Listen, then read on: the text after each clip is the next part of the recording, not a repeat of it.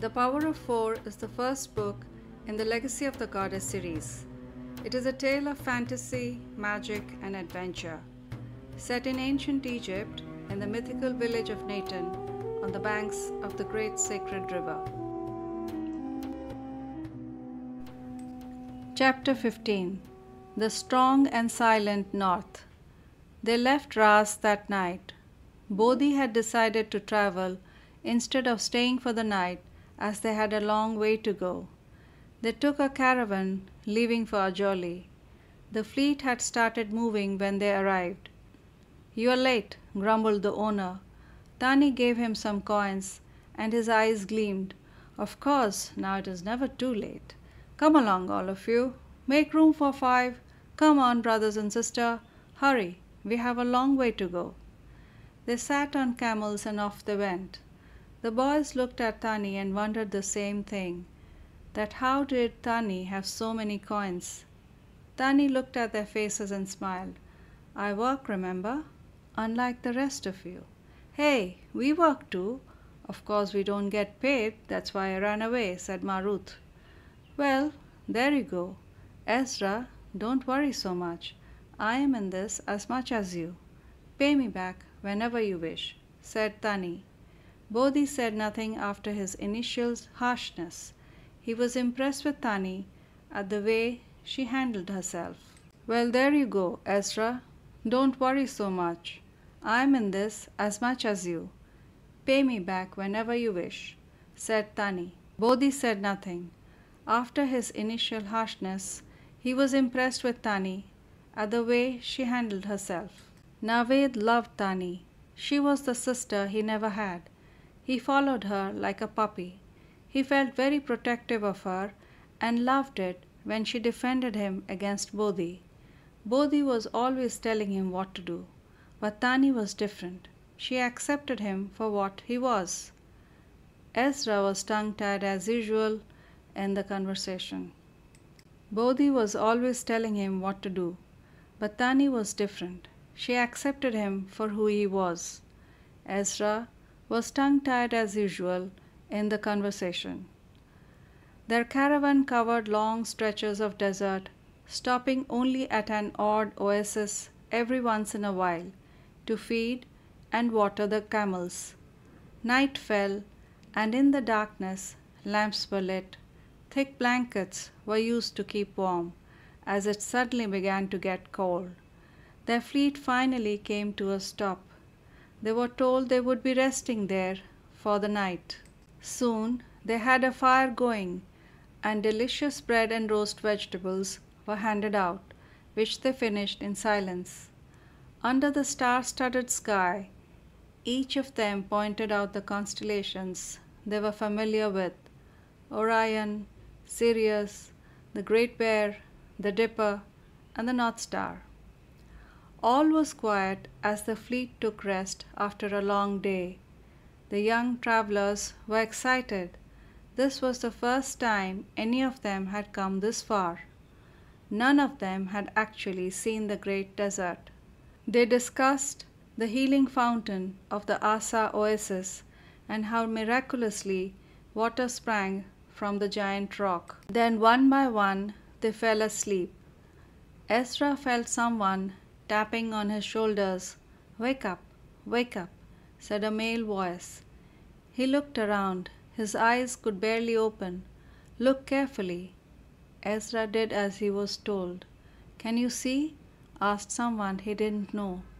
He could see what appeared as a light. "Yes, it's me, your father." The muted voice said something Ezra could not understand. "The 4 gates ceremony, to get out of the maze." And then he fell asleep. Next morning, it was while they were on their way that Ezra remembered his dream. He told Maruth about it.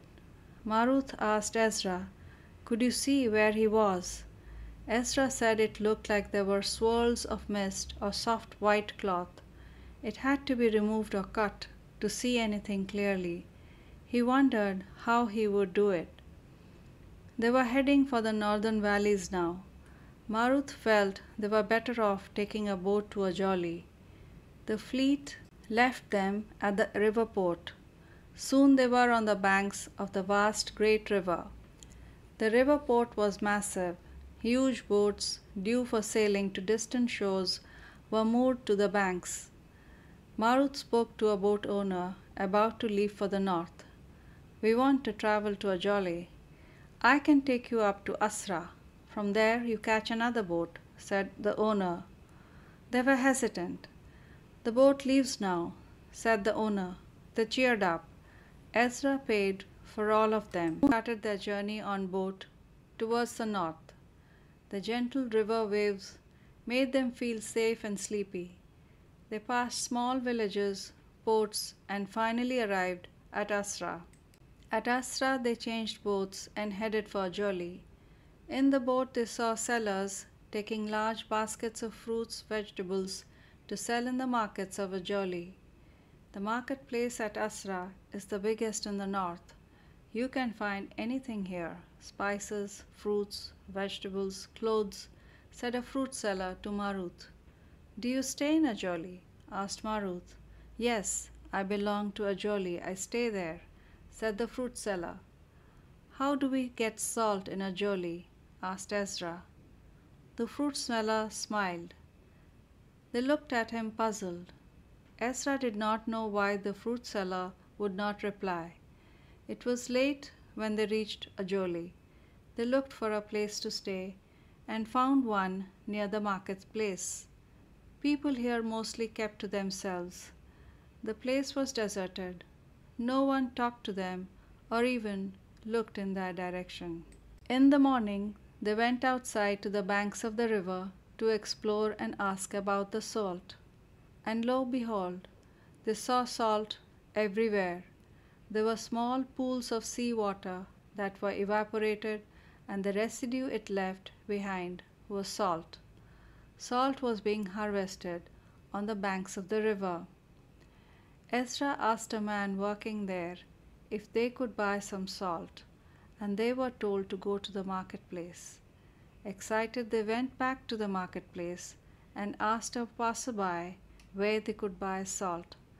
The passerby looked strangely at them and pointed a finger to the shops in front of them. They entered a small enclosure. There were several shops, and each of them was selling salt. They stood there feeling foolish. There was salt everywhere. A man with a white beard called them to his shop, which was in the corner. "What do you need the salt for?" he asked Ezra. "We need the salt to find someone for a ritual," said Tani, clearly and firmly, seeing Ezra hesitate. "All right." The man went inside the shop and brought back a jar. It contained violet-colored salt. "Don't let the color fool you. Its potency can pierce the strongest of spells.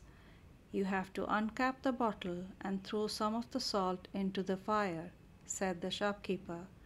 They looked at each other. They took out their money at the same time. They all bought salt from the shopkeeper. What he said had made a strong impact on them. Each of them had dark forces in their life they wanted to dispel. They asked the old man about the sacred soil that Ajoli is also famous for. The old man replied, "Which place could be more sacred than the temple of the snake goddess? You should collect the soil from the temple garden. It is fertile, black, and removes evil." The group left for the temple. They gave offerings for the deity to the priestess who assisted them.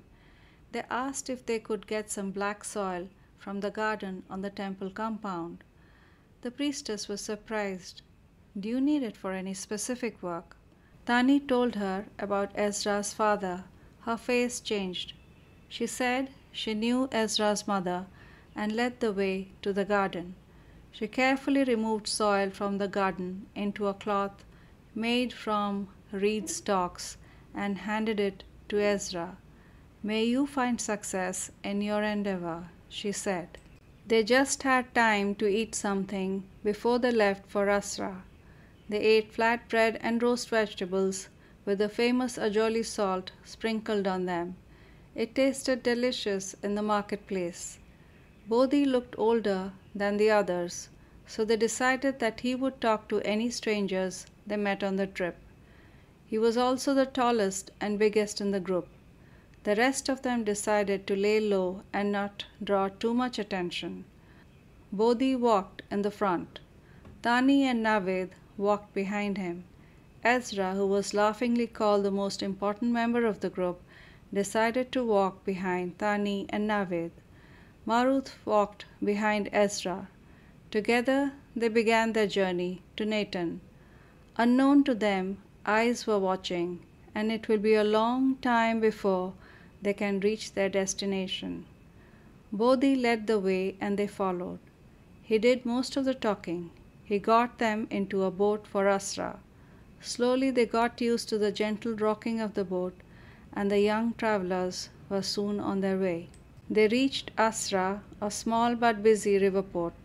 It was teeming with people who all seemed to be going somewhere. Thank you for listening. This was a chapter from The Legacy of the Goddess, Power of Four. Tune in every Friday for a new chapter. You can also buy the whole book right now. Visit legacyofthegoddess.gumroad.com to buy The Power of Four in both written and audio format, as well as a special discounted bundle.